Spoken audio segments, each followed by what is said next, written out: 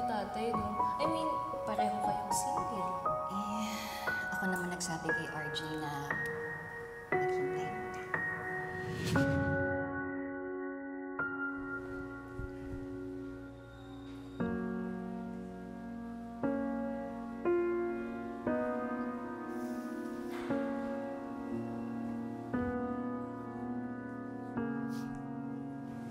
Anak, pwede ba tayo mag-usap?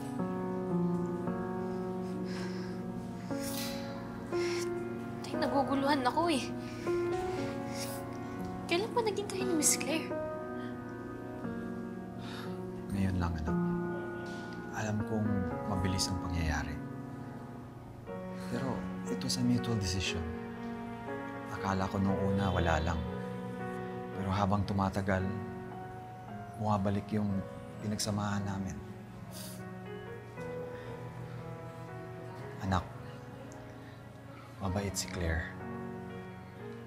Wala namang masama if we give ourselves another chance, di ba? At inisip ko, bakit ko ipagdadamot ang sarili ko na maging masaya? Eh, paano po si nanay? Di mo na ba siya mahal? Anak, mahal ko ang nanay mo. Dahil sa'yo. Dahil binigay ka niya sa akin at hindi magbabago yun. Alam kong umaasa ka sa amin ng nanay mo na magkabalikan kami. Pero alam mo naman, di ba? I tried so hard to win her back. Pero parang hindi pa ready ang nanay mo. Naghihintay ako. Pero naisip ko na, paano pala kung naghihintay lang ako sa wala? Ayoko na maipilit yung sarili ko sa taong hindi sigurado sa akin. That's why I've moved on from Lynette and binigyan ng chance kung ano man meron kami ni Claire. Anak, alam ko mahirap. Pero sana naman matanggap mo.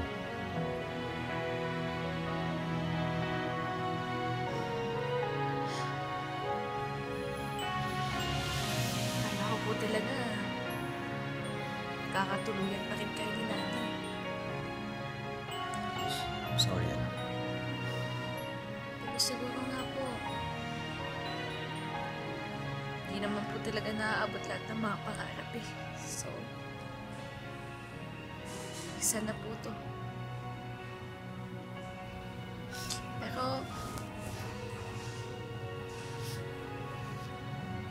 eh, kung doon ka naman po masaya,